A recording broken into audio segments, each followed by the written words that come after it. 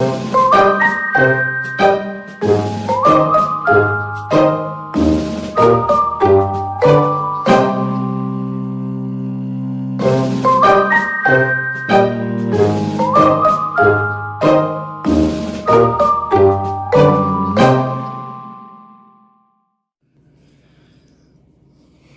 collar survival, take 3.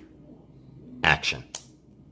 What is going on, everybody? Justin from Blue Collar Survival, and I'm going to try to make it through this take. For the love of God, I have not been doing very good tonight, but the last take I had, I made a disturbing discovery about the knife that I'm about to review.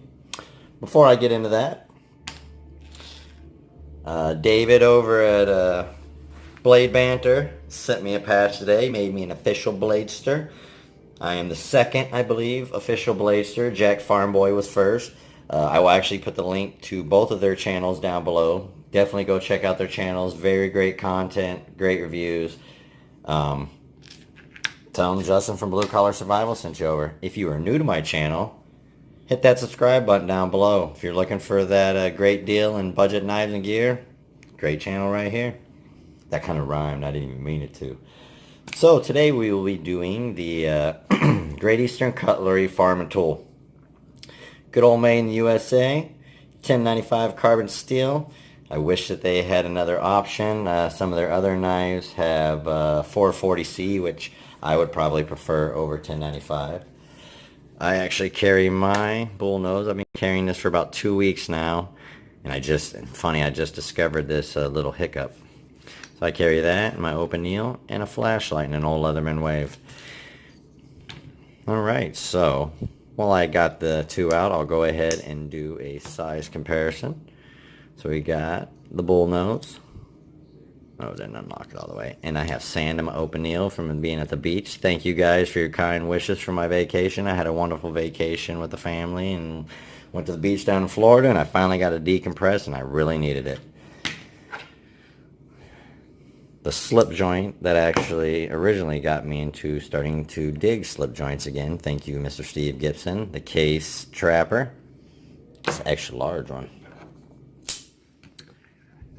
A little more common known, the Kershaw League. They're about exact same size overall.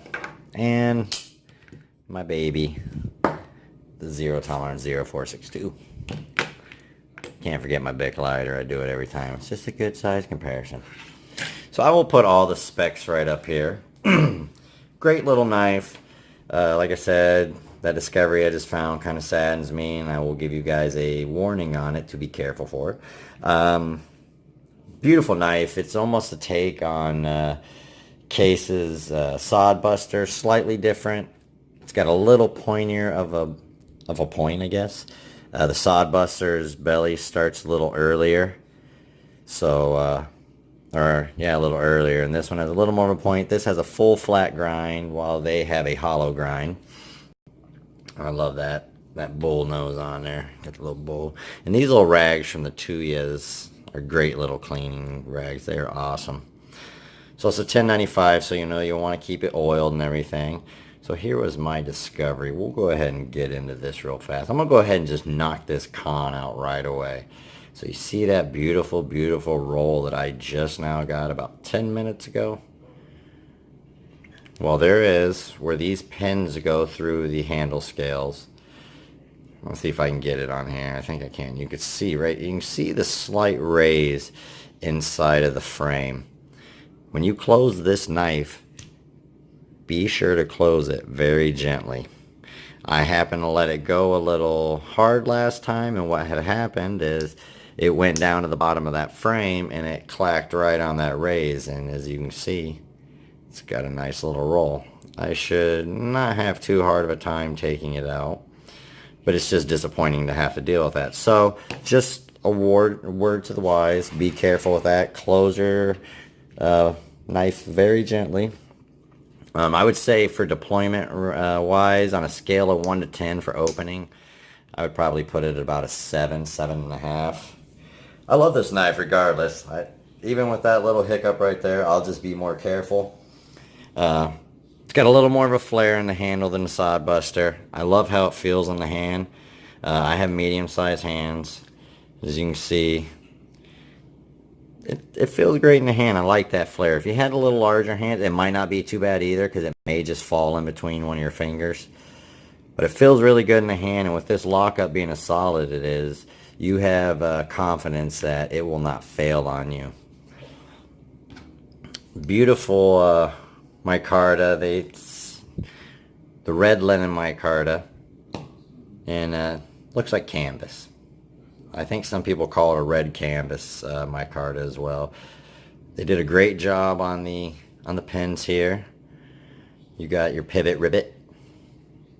Make a rap song called Pivot Rivet. Farm and Field, made in the USA. And a beautiful little brass inlay in the lanyard hole, which that was a big plus for me getting this slip joint, is it had a lanyard hole. Anybody that's been following my channel for a while knows I'm a bit of a nut for the lanyard holes. Unfortunately, all I have is paracord, so that would not do this any justice. If anybody out there makes leather lanyards, definitely hit me up. I would be very interested in something like that. So like I said, I've been carrying it around in my little pouch and been using it for regular tasks. Like I said, it's the 1095. You want to keep it oiled. I really, really wish, because they have other, I think I said this already, but they have other ones that are in the 440C. I just like 440C a little better. It has a little better edge retention, and then plus the corrosion and rust resistance. 1095 is not a bad steel. It's a little softer than 440C, so as you can see that roll there, I mean, it may even happen to 440C, I imagine. Because I had a problem with the Ganzo doing that as well, smacking in the frame, and I got some rolls. But it's just got a little better edge retention. I believe, what is it? It's got just under 3 inches of cutting surface. Real nice belly on it though. I mean, so you got more of a belly on this, I believe, than you do the Sod Buster as well. You know, a little more expensive. The case is only going to run you, you can get a Sod Buster for around anywhere from like 23 to 30 bucks. This will run you around anywhere from about, I would say, 50 to 62 bucks, depending on where you get it from. Blade HQ is $61.95.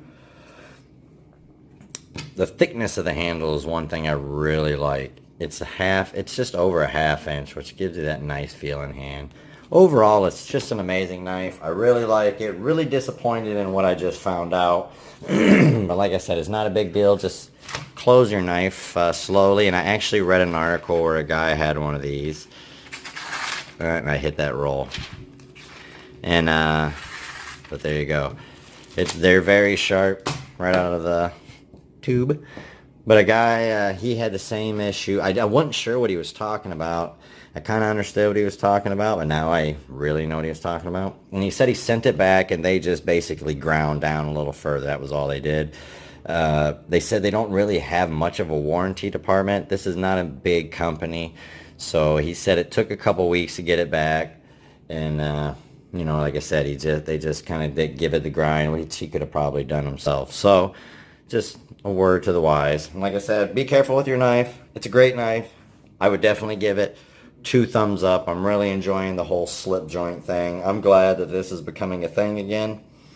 They're nice that you can pull out in public when you have something quick to do, that you're not going to scare all the squares. As I like to say, don't scare the square. And this is my dinner knife, so I pull this thing out every time. Like I said, you go to a restaurant and just open something like this up and sit down and eat, you're good. You go into a restaurant and bam, you flip out your knife. Oh, he's tactical. And you know how it's getting in the knife safety thing now with everybody becoming marshmallows in this world. And we're not going to get into all that because I will just rant on for about 45 minutes about that. But alright guys, like I said, definitely check out David over at Blade Banter. Check out Jack at Jack Farm Boy. I give this, I guess I will give it 1 3/4 thumbs up because I'm pretty bummed out about that roll right there. I'll be able to knock it out real quick. Some people may not be good at sharpening or know how to sharpen. There is knife people out there that don't know how to sharpen. So, but if you are a knife person that doesn't know how to sharpen, you should really learn. That is a key thing to being a knife collector. Alright guys, this is Justin from Blue Collar Survival. You guys be safe.